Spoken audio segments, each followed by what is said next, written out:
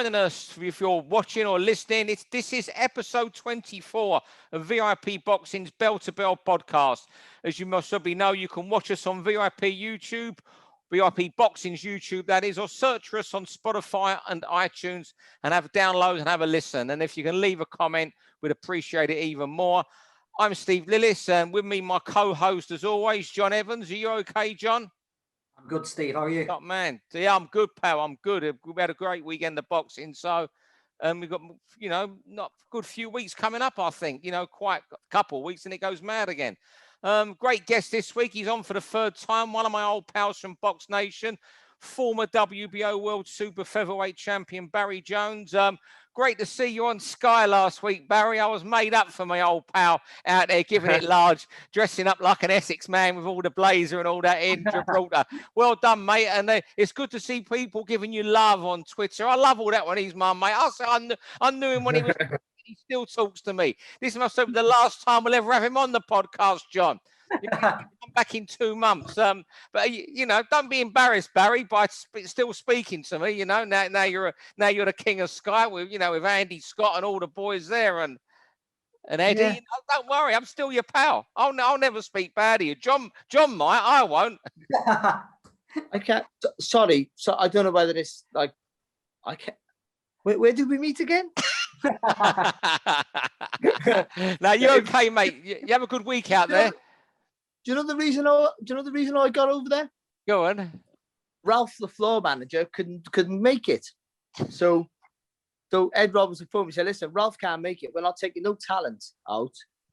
He said, "But if you want to do the floor manager's job, you can do the Sky Sports News all week and do that after." So that's what I did. So all week I did my normal job, which is fantastic. And then on Saturday night, then I was running around getting fighters into the ring. What a star! What a star! So you would have won. I had a fellow called Gary with me, who was his job to do it. So he was doing most of the stuff, and I just said, "Listen, you just tell me what to do, and I'll try and I'll do it." Hey, so it was fun. Barry the Whip. Hey, because you've had a tough time for a few months. Then you got another boat. Go and get one of them whips license, mate. I can have a word with Woody. Everyone, I can get you looked after with every small hall promoter. Barry the Whip is here. Usually Barry the Whip's a name for a jockey or something, but it's a thankless task, isn't it, Barry? I did that once on a Black Flash promotion show, and I had to tell Pat Barrett to get a move on and get Zelf in my ring, and it was not a pleasant task, that. I think Ed used me because I was a boxer, and most of the kids there know me, like especially the undercard for sure. So they were quite good, because I was going in saying they thought I was going in to say good luck, and then I'm going, "Are you feeling?" I go, "Yeah, I feel." I go, 10 minutes, and they're going, "Okay," and then I come back and go, "You ready?" And they're going, you can see them looking at me going, because all week they've seen me doing the Sky Sports News stuff, and then all of a sudden they're going, "Yeah, we're ready, yeah." Yeah, so but you know what? I enjoyed it, but I didn't like it to the fact that because I was in the changing rooms, it really made me miss boxing. I remember I walked Ted Cheeseman to the area, to his area to get into the stage, and we were waiting for Metcalf to go in the ring, and I just said, "Ted, I would swap places with you right now." After seeing the fight, I wouldn't have, but yeah. But it was all that nervous adrenaline and and all that, and it just made me miss boxing, fighting more than ever. It really did. So I'm not sure if I made to the job, to be honest, because I think if I did one or two more jobs, I'd be going there with my gum shield and a pair of shorts on. Well, you know what? You're a very good boxer, and you're a very good pundit and commentator, Barry, as you're going to show us now on Bell to Bell podcast. 6 topics, 3 minutes each round, and if the rigmarole, Barry, after 180 seconds, if you're still talking, John gets very angry like you do sometimes. I've seen your angry side. What happens, John? Right. Well, far away. Round 1. We'll start with you, John. Yeah, let's start with only one place to start, and it's where Barry was last week in Gibraltar. But with Dillian Whyte, not Cheeseman and Metcalf. I don't think we're going to touch on that, but fight of the year, wasn't it? Dillian Whyte, yeah, he got the job done, and thank God he got it done in a manner which means there's no third fight.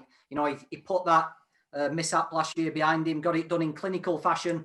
Poor Povetkin, I think the COVID was still in his lungs there. He looked shot walking down the ramp, but Dillian can only beat what's in front of him. I just wonder where he is, where he's up to now. Is he in a slightly better position, as weird as it sounds, than last summer?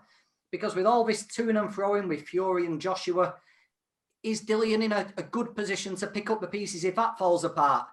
Wilder's on the outside now. Wilder needs a comeback name opponent for the money he's going to want. Is Dillian the prime person for that? In a funny way, he's gone around the houses doing it, but does he actually find himself in a position now where that big fight he wants might be a little bit closer than it was? I'll just be very brief, so I think it's important to hear Barry's opinion on this. I think he's only slightly better off, and his only immediate chance of a world title fight, and I mean in the next 12 to 12 months, is if Joshua gives him a voluntary, if the Fury fight doesn't come off this summer, which is looking increasingly unlikely to.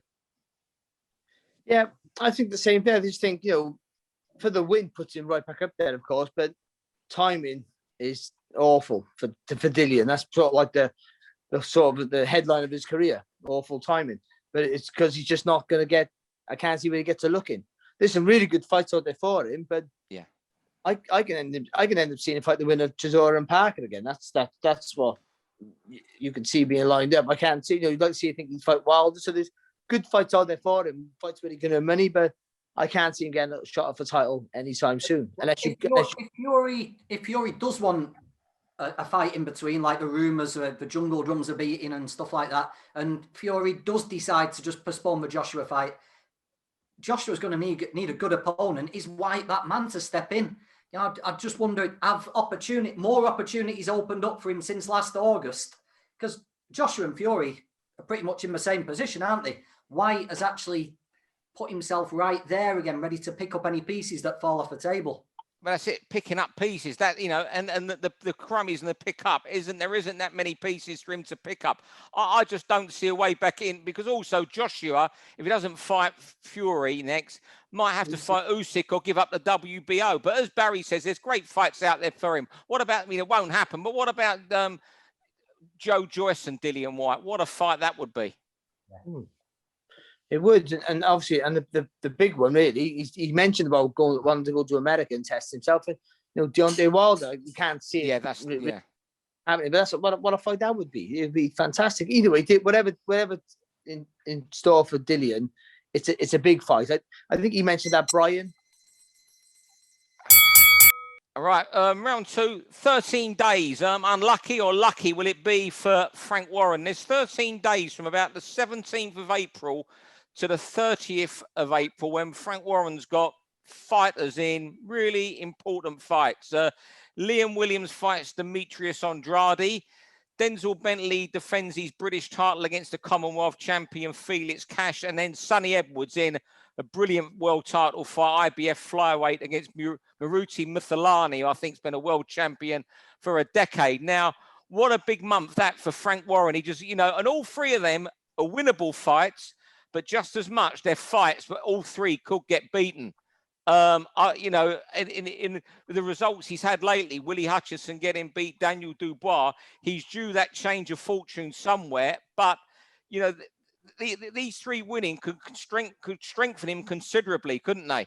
And then, but also, you could end up two of your top fighters getting beaten in world championship fights. And also Denzel, who's getting built up. And the only odds I've seen for any of these fights is Felix Cash favourite to beat Denzel.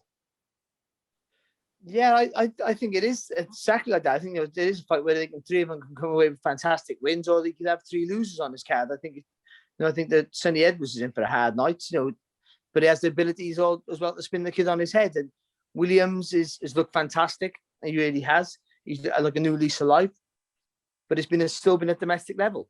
Then let's not forget that he boxed up at the world level with Liam Smith, and proved that he was good enough to compete at that level. But still, he's looked fantastic at the new weight, but still at the slightly lower level than the world level. So he steps against Andrade, who I still think is a good fighter, but this mystique about he's being avoided makes out that they haven't avoided him because of his talent, though he is a talent. It's because of his markability. That's why I feel he's been avoided, because Canelo and Golovkin want to fight each other. Yeah, so yeah, and Felix Cash Denzel Bentley is a really hard one to pick. You favour maybe Cash because of his, again, he's boxed at a higher level for a little bit longer, and his ability. He got lovely boxing skills, but Bentley showed he's not just a puncher, he can box as well. So yeah, it's a massive month for him, because I think, he needs, Frank right now needs a few of those to get a few wins there for top of the bills, I think. And if he gets it, then there's some good fights in the future for him. Yeah, it's really important, isn't it? Looking over the last year, the fighters who've lost were the top of the bill guys. People like Lyndon's so talented, but he's not a ticket seller yet. Denzel maybe broke through, didn't he? Denzel became popular. If Denzel was to lose to Cash, then you're really struggling, aren't you? You're waiting, and there's a big gap between the guys like Bentley and Arthur and the next lot coming through. Barry, your first topic is chase the fight or chase the belts. Yeah, and I think, we're always constantly moaning about belts and too many belts, and the WBC having like the WBA now having more belts than ever. Ironically, the two most established organizations are the biggest villains today for that. And it's focusing Dillian. Dillian's a great prime example. Do you chase the belts? Because just say Joshua and Fury were to fight once, like say June, for argument's sake, it's not going to happen. But say it did, but then they got a rematch clause, but the belts get fragmented. Does he chase that belt? Because even if he becomes a world champion, you're still thinking Joshua and Fury are 1 and 2. So where's the credence in it? I don't see where it works, and I think that more and more now about. We always wanted to be a world champion. You chasing for that belt, looking for that belt, but the boxing fans and public don't put that much on the belts anymore. And I think do you just chase the fights now? Does it end up going back to how we all talk about the good old days, the 80s and before that? Does it go back to that where all of a sudden those belts become irrelevant? And that's what I think, maybe you should chase the fights and the fighters rather than chase those belts now, because the belts are not as impressive as they used to be. You're the perfect person to answer it, Barry. If someone had offered you an extra 100,000 quid or your WBO title belt, which would you have chosen? Well, at that time, the belt. I would have, and I think boxers would know today. But but looking back, yeah, most definitely the money. Because ambition should be at the forefront. But what I'm saying is no. And it started in my generation where belts were being and title opportunities were being chucked around for people who didn't deserve them, maybe. And so, well, you have to be honest. So, but no, it's worse than ever. You can engineer your way to a title shot without fighting anybody. So the belts don't become that important, and you can be a world champion and not be the top 5, 6, 7, 8 in the world. So I think now there's more importance on chasing the fight, against a quality fighter rather than chasing that belt. I'll look at Dillian now, and he's been chasing that WBC belt. He was 1,000 days #1. It was criminal that he never got his shot then. But now he's got that revenge over Povetkin, and he's just getting love from people because of that revenge. And you read what people are saying about Dillian on social media, and even a couple, reports I've read today. He's a guy who goes out there and just wants to excite and have a fight. And I think he's getting a lot of love from that. And if he retired and he never got that world title fight, I'd feel there'd be even more love for him because of how much he put into the sport and the excitement he's delivered. So I think he's just as well chasing the fights as much as more than anything. John, on to the next topic. And one of the guys who's gone under the radar at a minute, and I think he might just be the most destructive pound-for-pound puncher in Britain. It's Mark Chamberlain. He got another first-round knockout at weekend. People can say he's doing it at low levels, but a puncher is a puncher. And Mark's stopping guys that don't get stopped, and he's doing it quickly. He's had 8 fights, 5 knockouts, 5 first-round knockouts. I think he scored 9 knockdowns apart from that. And it just looks effortless for him. He's quite upright. He's got his hands up high. He doesn't load up, but when he touches people, it looks like we're getting electrocuted. Now, he stopped Jordan Ellison at weekend, who's a good fighter. He'll beat you if you're not on your game. Steve mentioned it before. He made Jordan scream in pain. The shot landed so cleanly to his body. I think Mark's going to get a push now. He's been doing it, and he looks like he's got that that rare, freakish power that can be an equaliser at any point. You know, if he's getting outboxed, he might just have that X factor ability to turn people's lights out. I can't think of a bigger pound-for-pound puncher in Britain at the moment. Yeah, well, I agree with that. Funny, but I'm glad you brought that topic up because I had to speak with Frank Warrington, and he was talking about Mark Chamberlain this morning, about, you know, the power he's got. But I was thinking of punchers, and I'll be quick, so we obviously need to hear from Barry. I saw a guy, and I've only seen 2 of his fights. His last one and the one against Joe Fitzpatrick.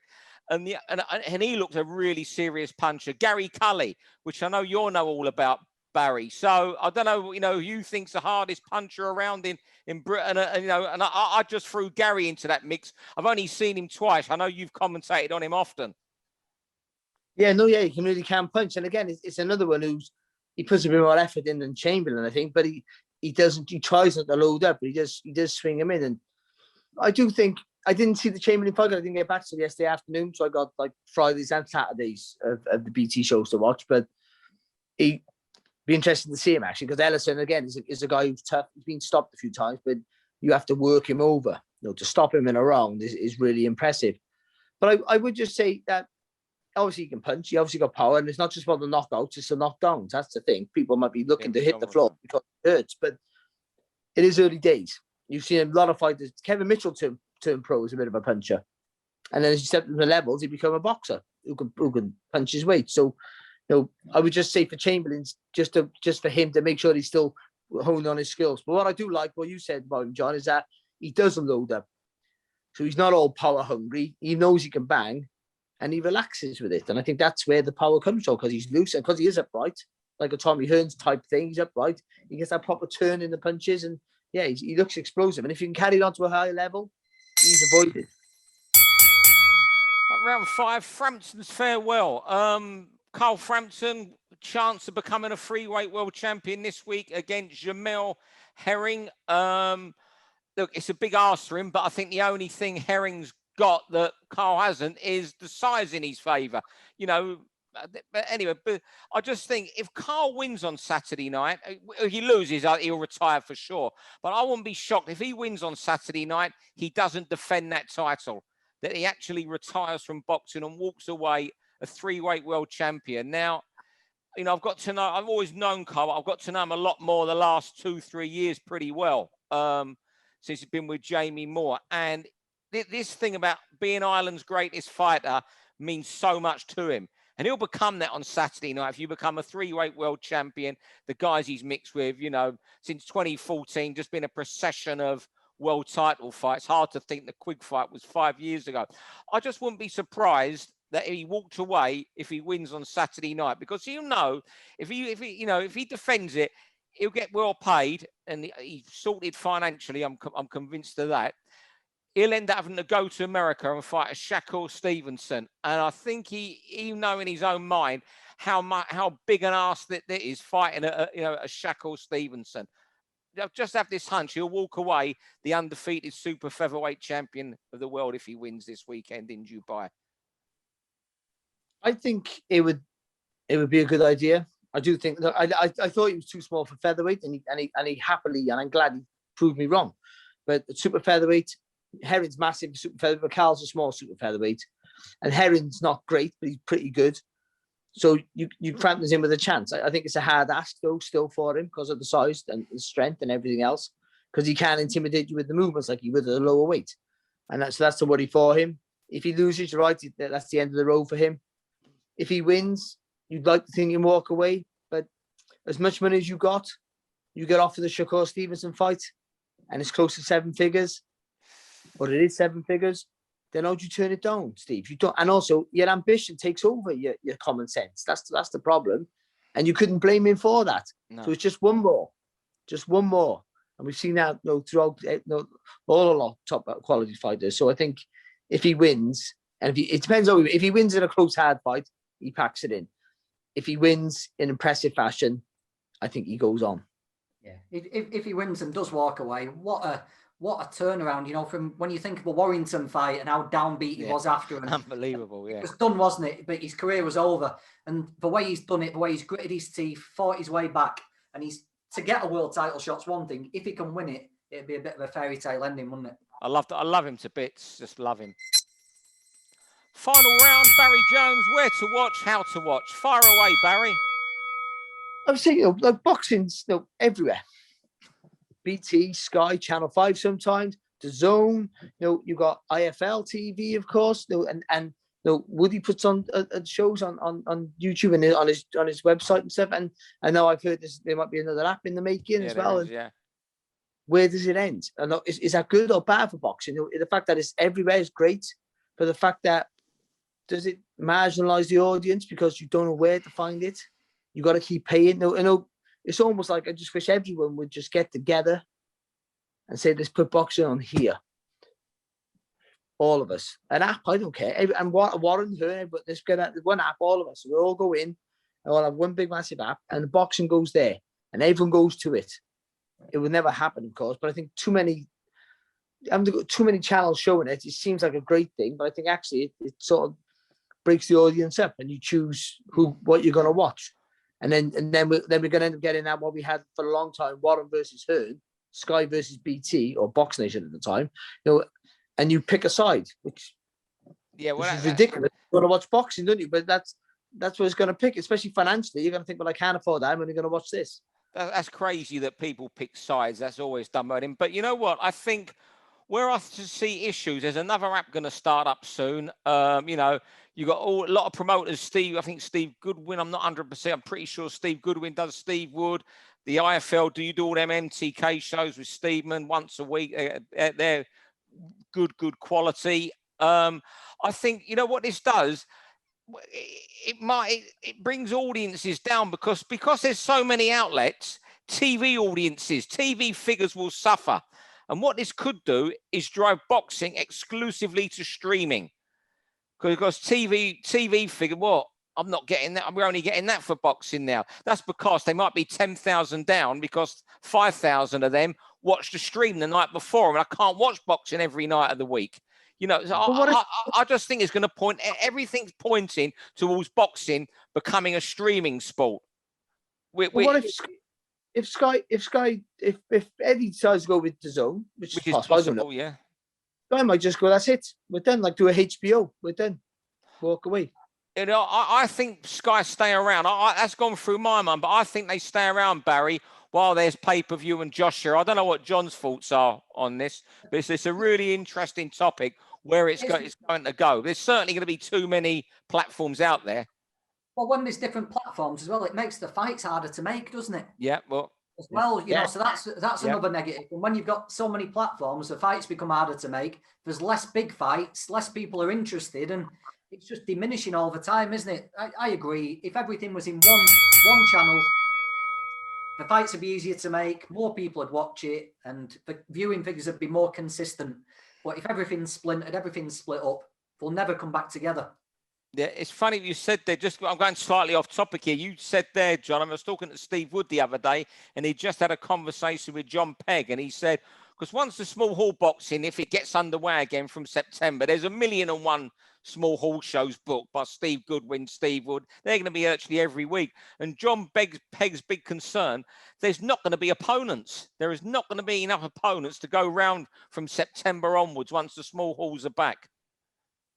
And also, when I start up my Legends League, all those old fighters are going to come back. There's going to be another channel now with all old fights like Tyson's and all that, and Glenn McCrory wants to fight somebody, and it's ridiculous, isn't it? But yeah, I just think this, as great as it seems to loads of channels for people to get on a platform, I do think they're going to be in the end. So with so many platforms, going to be on a platform nobody's watching, and that's. Unless they all employ me, which I think is a good, then they're great. Of course they should employ you guys, but you know what? It just marginalises it and brings numbers down. If you look at going off sport, football, they've been showing every Premier League game, Sky, BT, BBC. What they've done is fantastic, showing all this Premier League for football fans. You can't say a word against them, but as it's dragged on more and more this season, I was reading some of the other day, some of the figures for some of them are pretty disappointing for what the production is costing. And that's no offense to you, but who's going to watch Aston Villa against Fulham? Hey, exactly. No, I agree. You don't have to convince me, John. Now, I mean, I'm not this, but I'm saying this is what happened with boxing. There's going to be too many. I think streaming is the future of the sport. There's going to be too many outlets, already now. We've gone through some tonight. Steve Goodwin, Steve Wood, MTK through IFL TV, which is of them all is the most established of the streaming platforms at the moment because it's a regular, and they kept going through the pandemic. So it's a go-to place. You just go. Kevin Marie, Black Flash, Kevin Marie. There's so many of them, and there's going to be a new app launched very, very soon. I don't know, and it's going to be a survival of the fittest. And you know what? When you get guys like Steve Goodwin, Steve Wood, they're putting shows out, and maybe it's costing them 10, 12, I don't know what the production is. Say it costs 10 grand. Because there's so much boxing on, they've only got 5,000 viewers on YouTube. Is there any point? Because it's not going to bring advertising in, even a tiny bit of revenue. You don't get big revenue from YouTube, but it's going to bring them absolutely nothing. And I think it's a survival of the fittest. And I think, the only way things sell properly and hard is with names. In any industry, names sell. But I mentioned something, I think it was on the first time I came on here, I think. And I said about if all the smaller pros all got together and did it themselves, then that's it's one more platform, but at least they share the cost and they share the profit. But, there's an argument there that's my fight, this is your fight, I should get more. They'll never work. Either way, the more boxing I can watch, the better. But if it's on every single night, I'm not going to watch it, as you already said about the football. And if I got to go searching all over the place and I'm confused, I watch the boxing tonight, I can't remember what channel it's on, or what app I got to subscribe to, or what YouTube channel I got to type in. Then in the end, just go, especially the older, when we get to our age and beyond, you just go, do you know what? I can't be bothered. Yeah. And that's the worry. It becomes a sport that loses its interest because of that. And then you only watch the pay-per-views then. Like, you become a casual. As long as you can find Jake Paul on a Triller, you'll be happy, won't you? Well, do you know what? I don't care about that anymore. I put all that to bed. I'm happy. The more, it is what it is. You have to just adapt to it. I don't like it.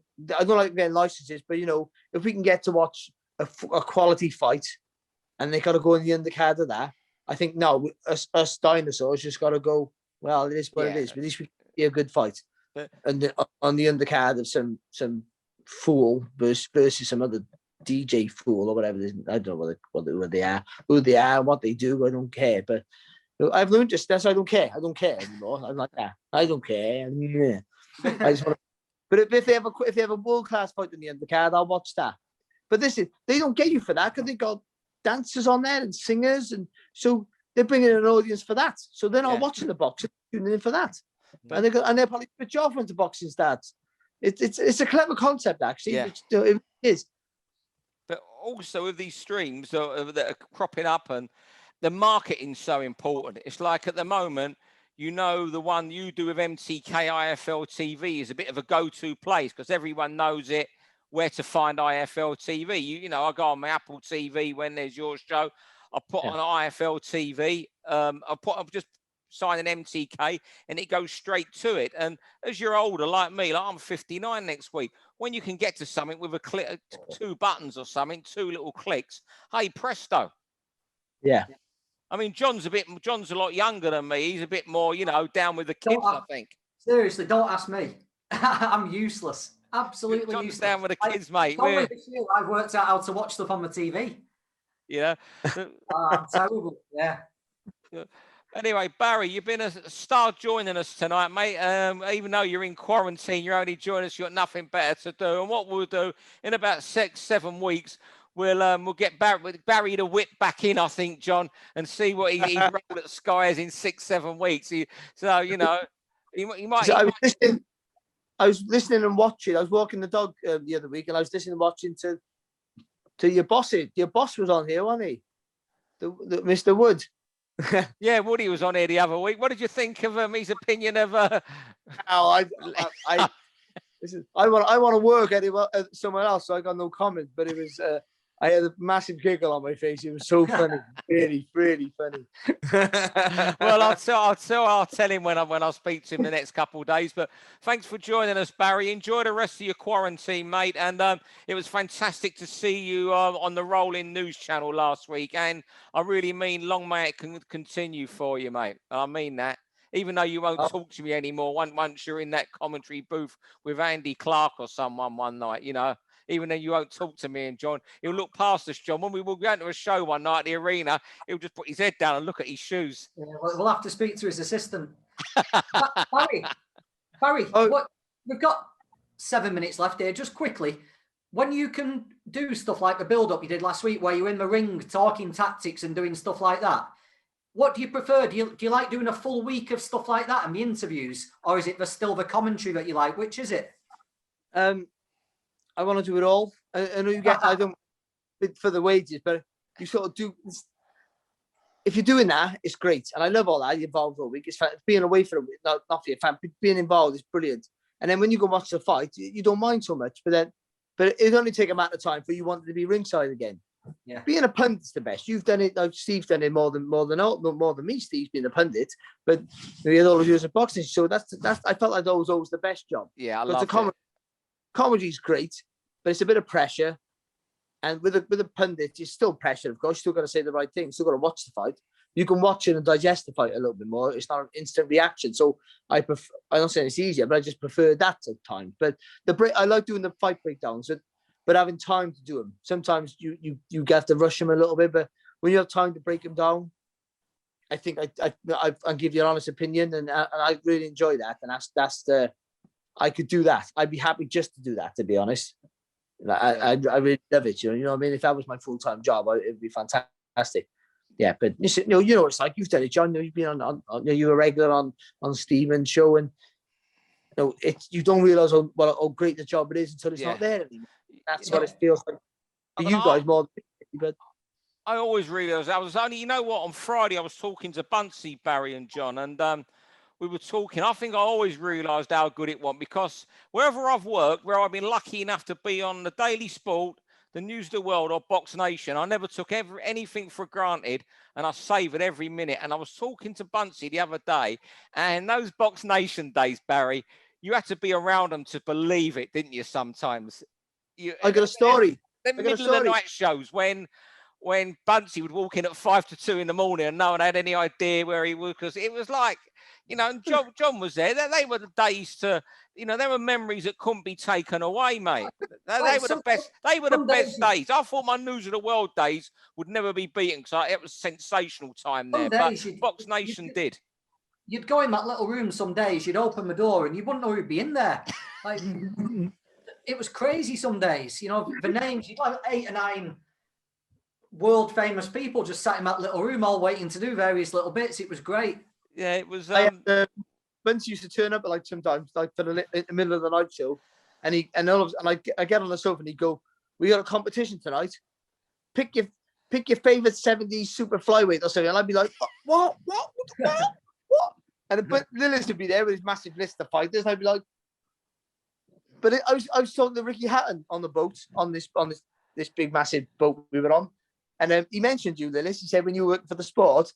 And you phoned and said, listen, I think he was going to Marbella. He said, listen, just to let you know, they're going to be following you on Marbella. I told him, I heard a story that he was getting. Yep, that's right. Yeah. So he's gone. He praised you, actually. Steve, this was brilliant. A really lovely fella. And about that. I tried to turn him off you, but he wouldn't have it. And and he said, we've seen the bloke. He spotted with us. He's come out with us at like 8 o'clock 7 o'clock in the evening. He said, we didn't get home till 9 o'clock in the morning. The fella had to stay. He was staying with us all night, falling asleep like this, the bloke, trying to catch a picture of him acting a fool. And he just dragged him all around Marbella, just getting absolutely tanked up in Matthew. It was they told the story, because Ricky Hatton could tell a story. It was really funny, but yeah. It was good. The box station. We did this every time we come on, but the box station days were just fantastic, unbelievable, really were. Yeah, you had to be there to believe it. Some of them nights, It's unreal. It was unbelievable. It was the best one ever was, I don't think you were there that night, when we used to have the Sauerland shows from Germany. I don't know where you were, Barry, this night. This particular Commentating night. probably. I don't know. Yeah, you might be. Yeah, you'd have been in the little booth with Rawling, and it's come back to us. But at the end of the Sauerland, one of the cameramen, we've got 2 minutes. One of the cameramen was had been doing football, so during the fight, they've gone to sit in the green room, the cameraman, because it just goes over to you and John. So the fight's suddenly over. There's no cameraman to be seen, and you can just see my head slipping. I think you were doing the commentary with Steeman. The cameraman was watching Match of the Day in the green room. It's the only place you could do that. The guy suddenly come running in. Most places you get the sack. We were just laughing about it. Imagine doing that at Sky. Oh, boys, you know what? It's been a brilliant 40 minutes. We've gone on a long time tonight with this, but it's been really entertaining. Anything you want to say, John, or ask Barry before we go? You got 2 minutes? No, I can see the time clicking down there, but I'm sure Barry's got plenty to do in quarantine, so we'll let him go. I've got nothing to do. What are you talking about? It's your face. Listen, boys, it's always great to see you. Every time I see you two on here, like, it just takes me back to the old days, but it's a pleasure, really is. You say the old days making John feel old. No, he definitely isn't talking to you again. Well, John wasn't shaving back then, was he? Remember, he's coming in his short trousers and his satchel.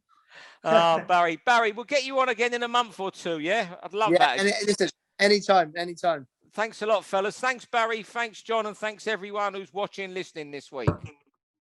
For all boxing info, news, and latest interviews, amateur and pro, across the north, click and subscribe. VIP Boxing Promotions. Also, Twitter, Instagram, and Facebook.